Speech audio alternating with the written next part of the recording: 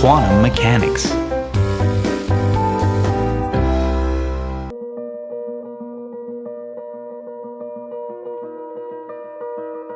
Traveling to the 1750s, we find that scientists were putting different substances in flames and passing the resultant light through a prism. They found that the hot gases given off by the burning materials emit different colors of light or spectra. For example, ordinary table salt generated a bright yellow spectra. Furthermore, not all the colors of the rainbow appeared. There were dark gaps in the spectrum. In fact, for some materials, there were just a few patches of light.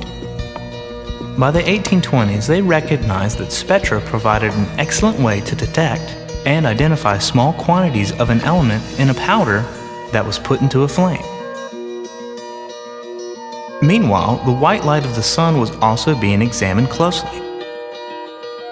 And in 1802, it was discovered that the solar spectrum itself had tiny gaps. There were many thin, dark lines in the rainbow of colors.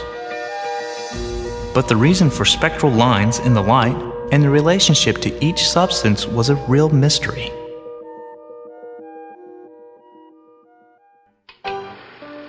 Traveling forward from that era to a little over 100 years ago, scientists were examining the colors of light given off by solid heated objects.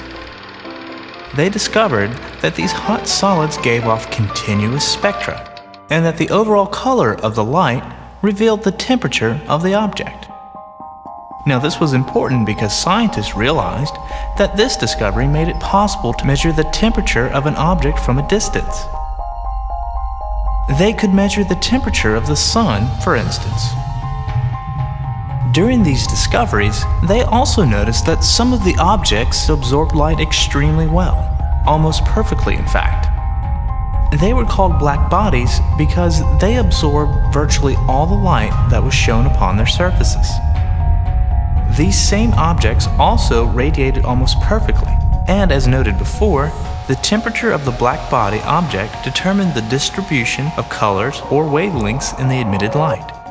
This curve shows how much light of each color is emitted by a cool object. As you can see, there isn't much light, and what light there is mostly lies out past the red end of the spectrum, in the infrared. The figure on the right will show the different colors added together as we progress. Right now, only red light is visible. This curve shows how much light of each color is emitted by a medium temperature object.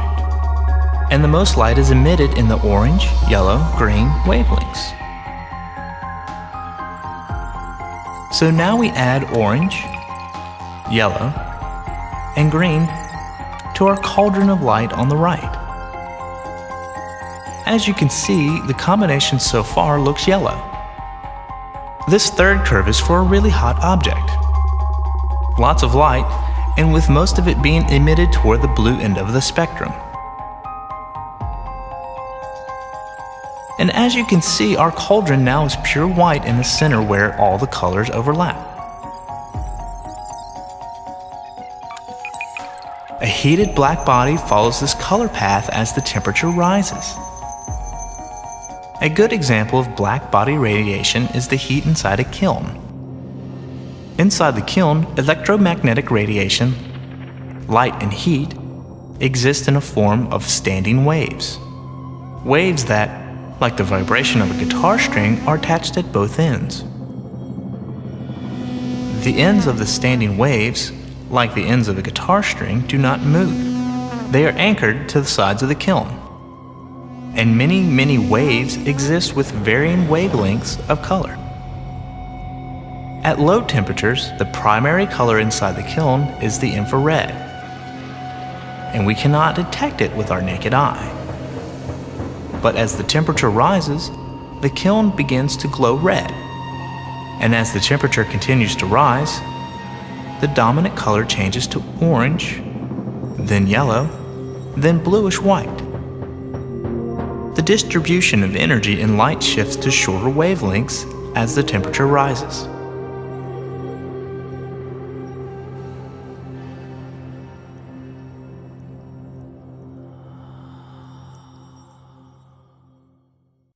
But there was a problem.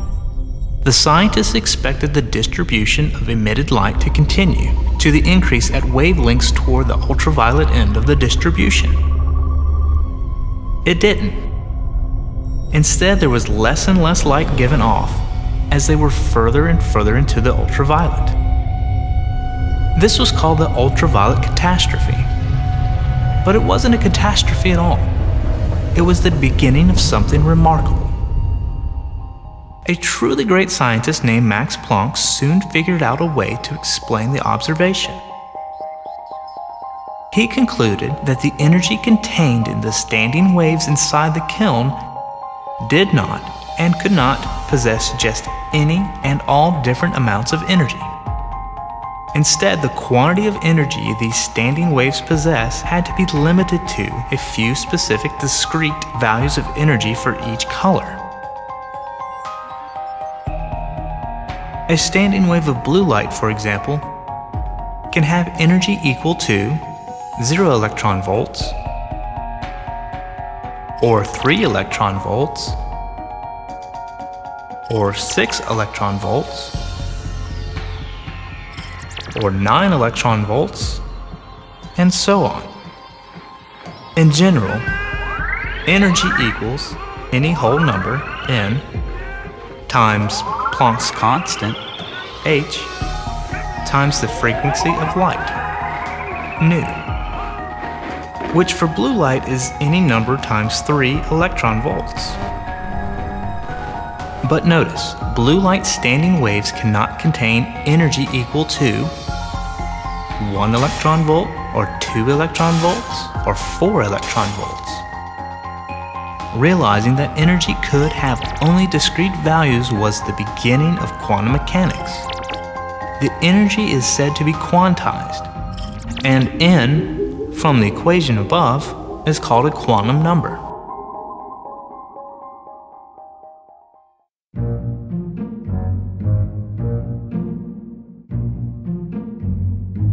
Planck's conclusion that light energy is quantized was quickly used by Einstein to explain another puzzling phenomenon. It was known that shining a light upon a metal plate can release electrons from the plate. But the light has to have a certain wavelength before a single electron is released. We can shine brighter and brighter light on the plate forever, but if the color isn't right, the electrons stay home. Einstein concluded that the light striking the plate had to be coming in discrete bundles, and unless a single bundle had enough energy to free an electron from its captivity, it would remain trapped. And as Planck had suggested, the wavelength and frequency of the light was a measure of the amount of energy each bundle carried. So while blue light packets might be able to free an electron, red light packets could not, no matter how many red packets hit the plate. But wait a minute. That sounds awfully like light is a particle and not a wave. And there are mountains of data showing light behaving like a wave. Diffraction, refraction, interference. Which is it, a particle or a wave? It is both. These light packets are extremely tiny. Let's call them photons, from photos, the Greek word for light. And when you try to explain the behavior of things this small, you must resort to really unusual ideas. The ideas contained in quantum mechanics.